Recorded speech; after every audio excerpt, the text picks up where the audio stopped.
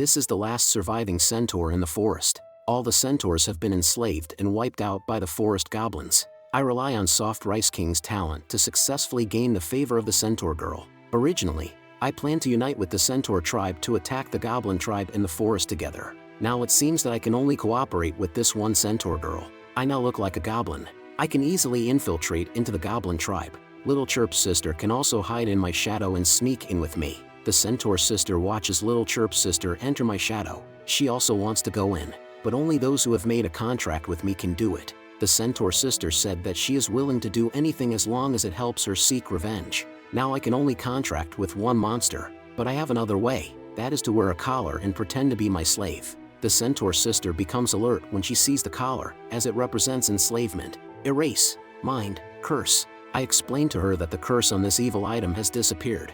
Now it's just an ordinary collar. The centaur sister cautiously touches it and indeed doesn't feel any curse anymore. When I was dealing with the cavalry goblins before, I tried to remove the collar and free the centaurs. But once the collar is destroyed, the curse will invade the mind and make the centaurs go mad and attack indiscriminately. So afterwards, I just let Little Chirp's sister kill them directly. But this is currently the only way to free them, and the collars that have triggered the curse will also lose their power. Originally, I collected the collars intending to bring some members of the centaur tribe to infiltrate into the goblin tribe, but now there is only one that can be used. Before that, I asked the centaur sister for her name. The centaur sister introduced herself as Mia. I also gave myself a fake name, Lin, but infiltrating the tribe still requires the centaur sister to play the role of a slave. Mia, after putting on the collar, expressed that she will definitely play the role well, but this acting skills probably need some time to be trained. I hope the replacement pills I carry can last through this period of time.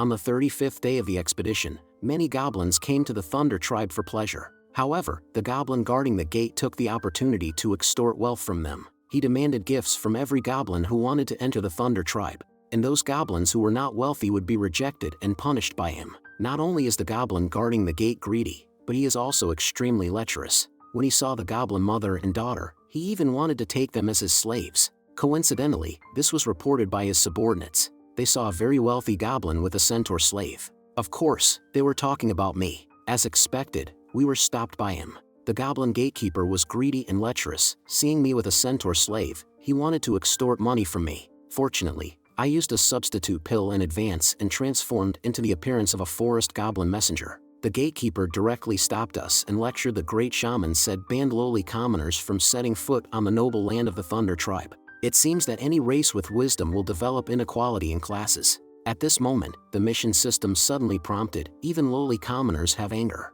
This gatekeeper actually insulted you as a lowly commoner. It is suggested to slap back. The harder you hit, the more rewards you get. Minimum 20 points. Maximum 30 points. The goblin gatekeeper looked up and down at Mia and said, "Your centaur slave cannot enter directly. You need to pay a tax." These forest goblins are really greedy, selfish, and arrogant. They are indeed simple and easy to understand creatures. But fortunately, I have long been prepared to deal with him. Coincidentally, the face-slapping task was triggered. I just took out the token that I scavenged from the lecherous goblin messenger in the forest.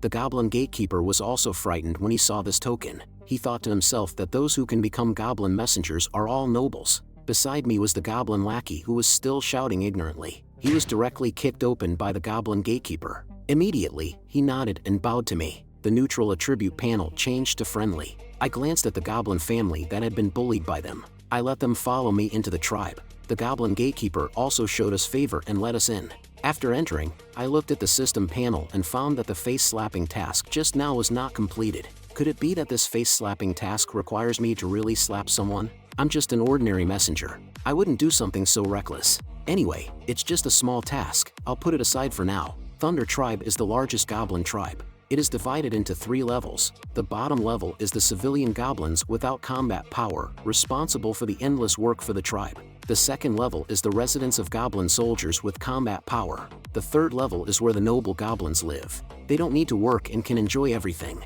Moreover, it is said that the noble goblins have the blood of the ancestors flowing in their bodies. Their spiritual power is particularly high, and they can master some spells. Powerful strength leads to power. The central temple of the Thunder tribe is the World Forest, the origin of the Goblin clan, and the residence of the highest-ranked Great Shaman. I originally planned to meet the Great Shaman as soon as possible, but was stopped by the gatekeeper. No one is allowed to see the great shaman before the meeting of messengers, so we can only leave and discuss for a long time. I found the residence of the original lustful goblin messenger here. I will rest here with Mia and Little Chirp first. Little Chirp set up traps near her residence, and suddenly, I had an idea. I thought about how the goblin tribe also had class stratification, but this also gave me another idea. Where there is oppression, there will be resistance. I can incite the lower class goblins to rebel. If the tribe becomes chaotic, I will have a chance to strike at the great shaman. After all, the great shaman has too many guards around him. Under normal circumstances, it's hard to get close to him. The next morning, early in the morning, we arrived at the Goblin Assembly Square. As long as the drums here are sounded, all the goblins have to come to assemble. But only in case of emergencies and when ordered by the great shaman can the drums be sounded. I had just sounded the drums when the guards tried to stop me, but he were immediately stopped by the goblin guards beside him. Because I now have the status of an envoy, and they dare not do anything rashly. Goblins from the tribe gradually gathered together, and I saw that almost half of the tribe's goblins were present. Next, I would start an exciting speech. Fellow tribesmen, I have received a revelation from the ancestors in my dream to guide you, eliminate the enemies of our race, and lead you to a happy life. But those goblins seemed to not understand the meaning and did not believe in the arrival of the ancestors. I continued to say to them, have you not noticed that you have more and more work to do, but less and less food to be allocated? Even if you give your all in blood and sweat, your efforts cannot be compensated. Do you know why this is? Only to hear those goblins yelling, it's all because of the enemies of our race.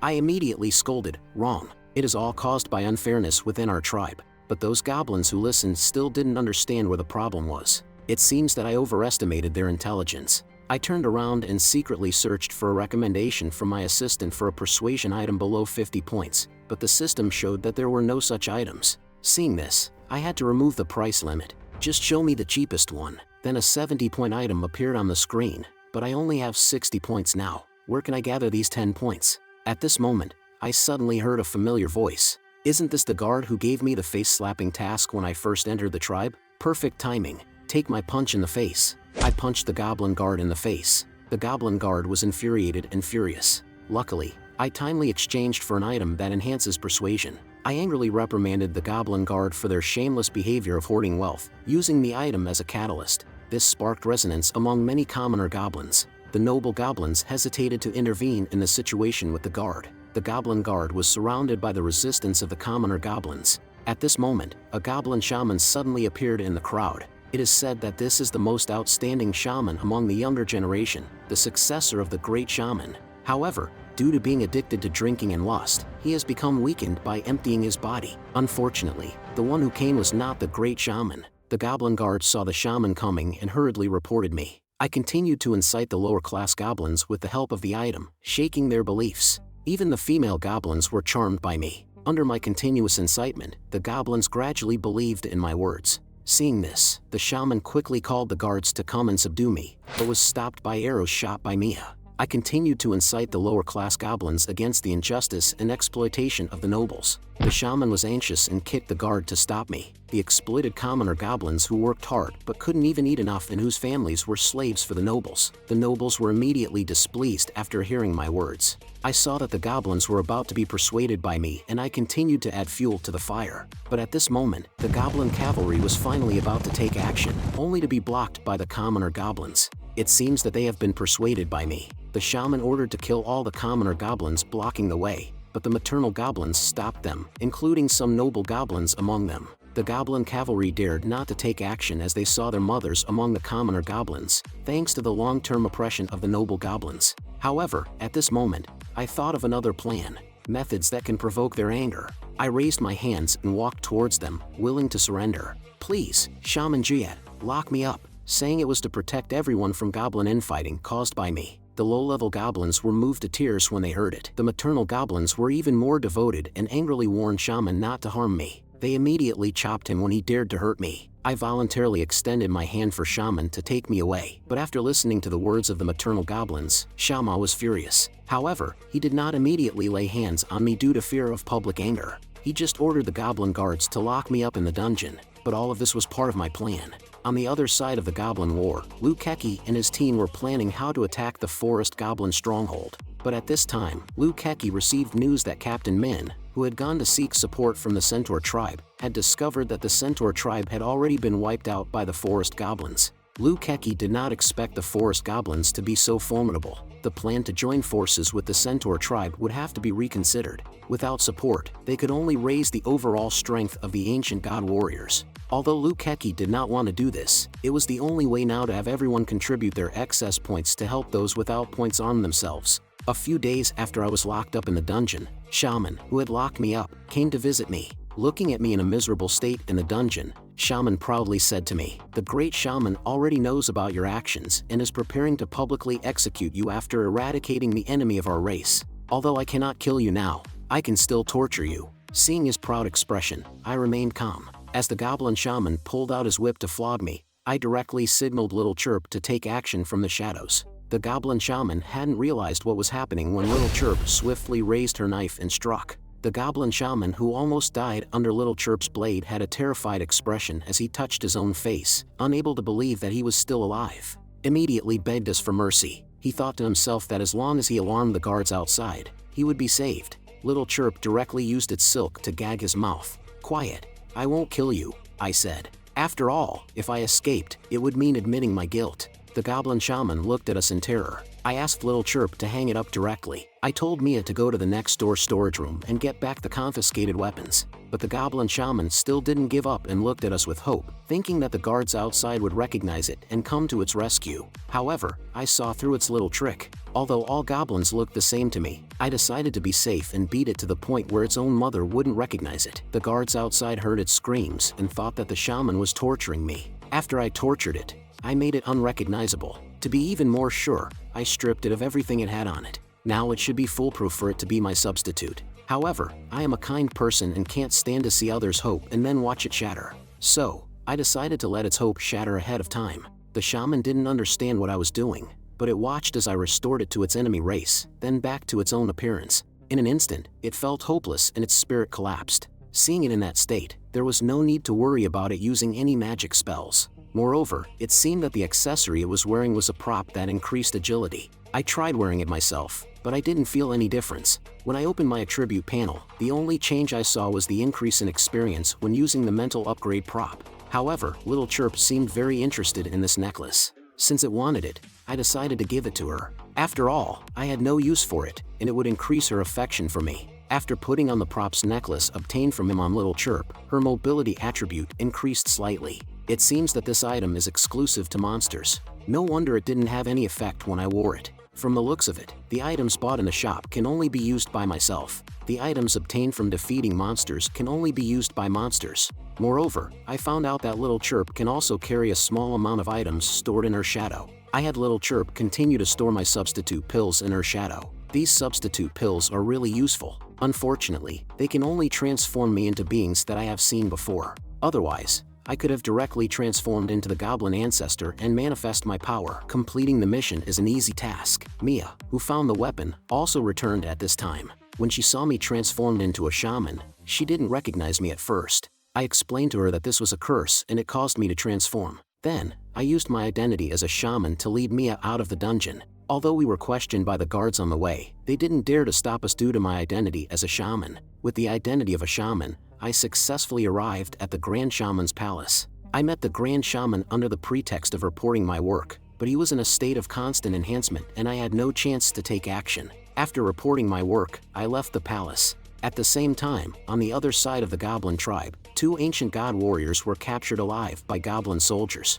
The goblin soldiers were considering how to torture the ancient god warriors. Fortunately, I passed by and stopped them. Unexpectedly, these people had also explored the Thunder tribe. One of the ancient god warriors immediately begged for mercy when he saw me, willing to become my slave as long as I spared him. But as soon as he finished speaking, he was immediately scolded by the other ancient god warrior. He retorted, "Screw your alliance team. Just giving me a few points and you expect me to risk my life for you. Do you think I'm a fool?" I didn't expect Ecchi to voluntarily share his points. Doesn't seem like his style. I saved these 2 people using my shaman identity. I used this opportunity to inquire about the guards. Regarding what I said on the square earlier, although the warrior showed dissatisfaction on the surface, in fact, he was already shaken by those words. At night, I went to the goblin camp, continuing with what I said on the square earlier, encouraging goblin soldiers to rebel. But one of the goblin soldiers said with a sigh, "The great shaman represents the will of the goblin ancestors. Whatever he does, it must be for our own good."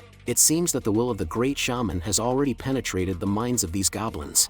I need to use the items I bought earlier. As long as I speak into this horn, the persuasive effect will be enhanced. With this item, the effect is indeed remarkable. The goblin guards, who were originally neutral, have become friendly. But one of the goblin guards sighed and said, "But what can we do?" The nameless one stepped forward and was locked up in the dungeon. Even if you are a respected shaman, you cannot defy the orders of the great shaman. As ordinary warriors, we are even more useless. We cannot change the tribe at all, and there is no hope. It's not like that. There is still hope. The goblin guards were surprised. I continued to say, "I visited the nameless one in the dungeon. He told me a story that I found meaningful. If there is a huge death curse magic array, impenetrable and difficult to destroy, with many sleeping kin inside the magic array, their life force will be drained soon. But they were put under a sleep spell, so even if they are sacrificed, they won't feel the sorrow of death." At this time, a forest goblin appears outside the magic array. As long as he shouts loudly to wake up the kin, let them try to save themselves.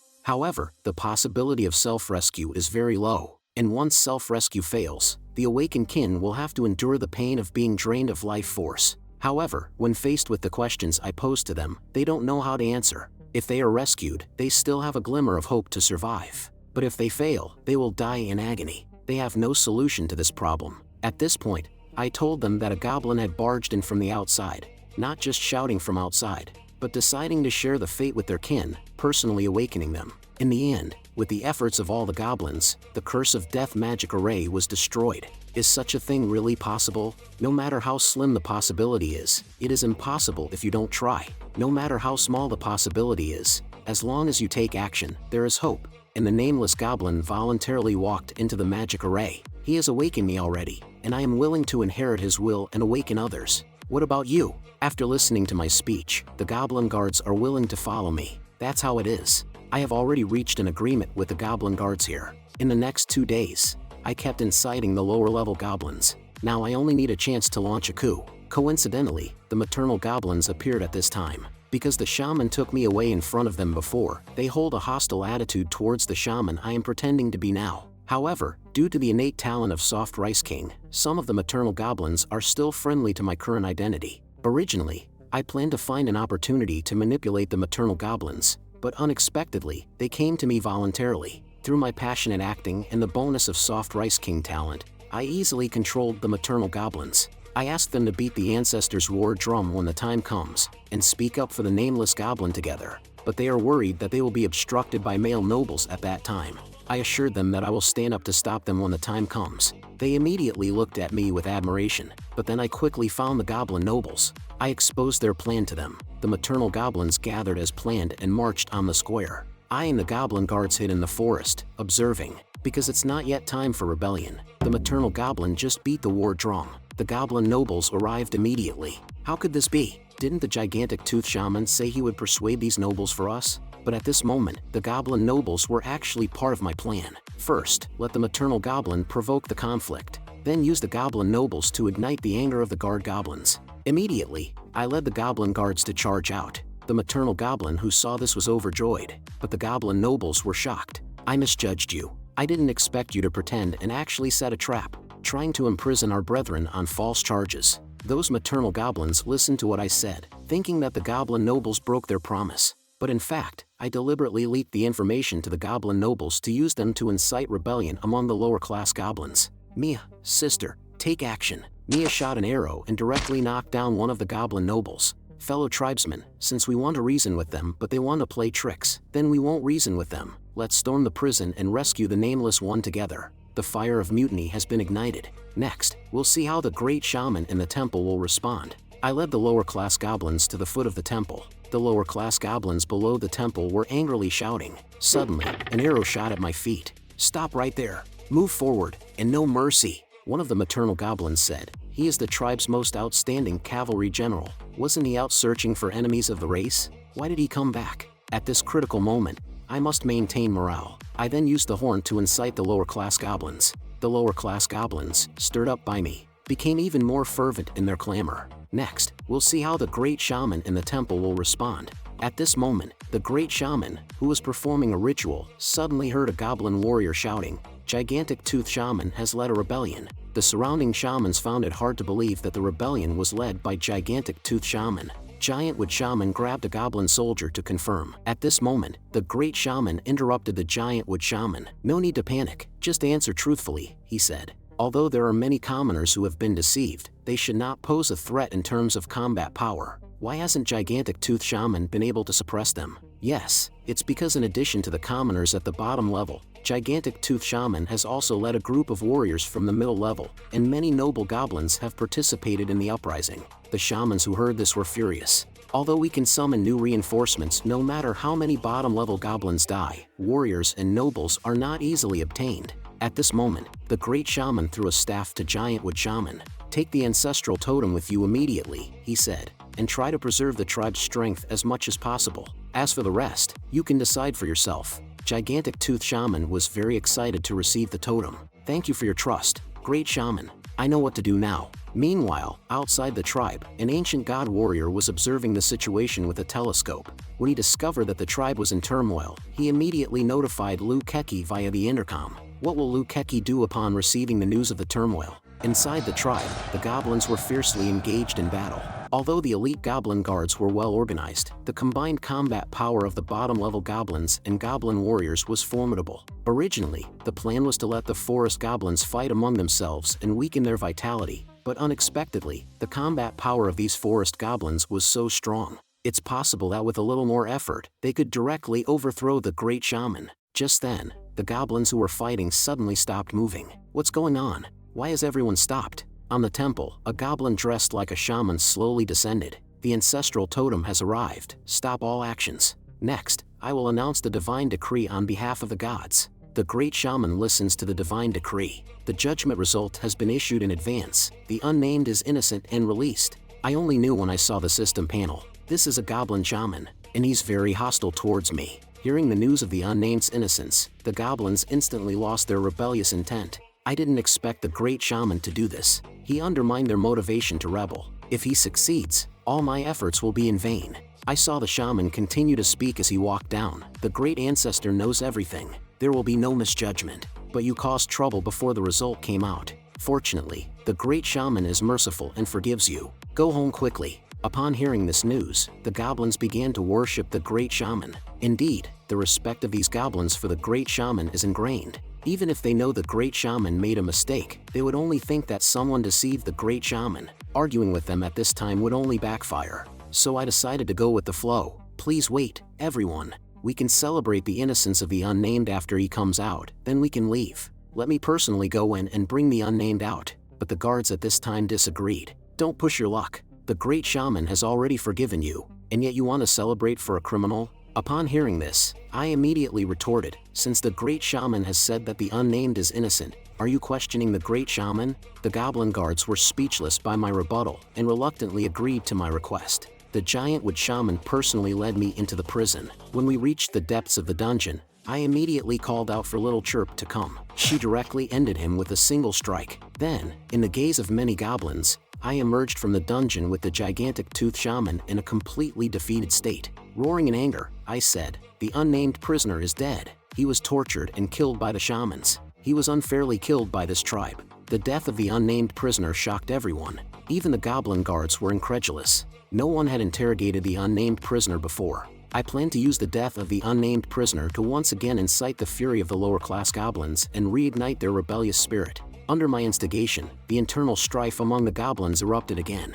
Although some goblin guards noticed that something was wrong, it was too late to stop everything. The fury of the lower-class goblins had already consumed their reason. The flames of rebellion had ignited in the village. Although the elite goblin cavalry was formidable, the lower-class goblins did not back down. The sheer number of lower-class goblins made them difficult to resist. They were not afraid of death. In this way, we launched another attack on the temple. The great shaman finally showed himself. I led the lower-class goblins to attack the base of the great shaman's temple. But the temple guards, who were originally at a disadvantage, suddenly became incredibly powerful. They became impervious to blades and bullets. It turned out that the great shaman had used secret techniques on them. but this secret technique is overusing their vitality to exchange for power. However, it seemed that the great shaman had finally appeared in person. I saw two shamans behind him using secret techniques on the temple guards. Gigantic tooth, the farce ends here. As long as you surrender, I can forgive your actions. After all, I have watched you grow up. Although the great shaman is powerful, he still couldn't see through the illusion of me becoming a gigantic tooth shaman. I immediately questioned him. What if I surrender? My companions, what should we do now? On what basis do you negotiate terms with me? Your subordinates are just commoners. They won't be able to stop the temple guards at all. Next, they will be skewered like kebabs. Allowing you to surrender is already my greatest mercy. Hearing the words of the great shaman, even the low-level goblins hope that I can survive first. The great shaman arrogantly thought I would obey him. But I have come this far already. Why would I stop now at this moment? Those low-level goblins started to waver due to the threat of the great shaman. At this moment, I pick up the persuading trumpet drum again to boost their morale. They are my companions, my comrades in arms. We made an oath to eliminate the injustice of this tribe. Great shaman, today, either you die or I perish. There is no third possibility. Hearing this, the low-level goblins who heard it were once again filled with morale. Just then, goblin warriors from the front line suddenly rushed in. Great shaman, there's bad news. Those furless two-legged beasts have attacked. The frontline troops are probably unable to hold on. The shamans who heard this news were incredulous, only to hear the goblin warrior from the front line say, "These two-legged beasts are different from the ones we encountered before. Not only do they have excellent equipment, their leader can also use mysterious methods completely blocking our attacks." The shamans who heard this were shocked. The enemy of our race. This must be the enemy of our race. Liu Keqi's team took the opportunity to attack the tribe. This also gave me a chance. I pretended to suggest to the great shaman to stop the internal strife and focus on resisting the external invasion. In fact, I wanted to distract the elite guards around the great shaman, but the great shaman saw through my intentions. He wants to take this opportunity to get rid of me, ordering that as long as the low-level goblins can kill the enemy of our race on the battlefield, they can obtain noble status. The temptation of noble status caused those low-level goblins to waver. I didn't expect this old guy to be so decisive, but the great shaman didn't stop there. Immediately afterwards, he pointed at me and said, "To establish the above laws, you must engage in a sacred duel with me, to repay all the sins of the rebels." It seems that the great shaman deliberately found a legitimate excuse to get rid of me, and under the temptation of noble status, many of the goblins I lead have started to waver. These goblins are all greedy and selfish, and they have already been tempted by the great shaman to betray me, but this also gave me a chance to approach him alone.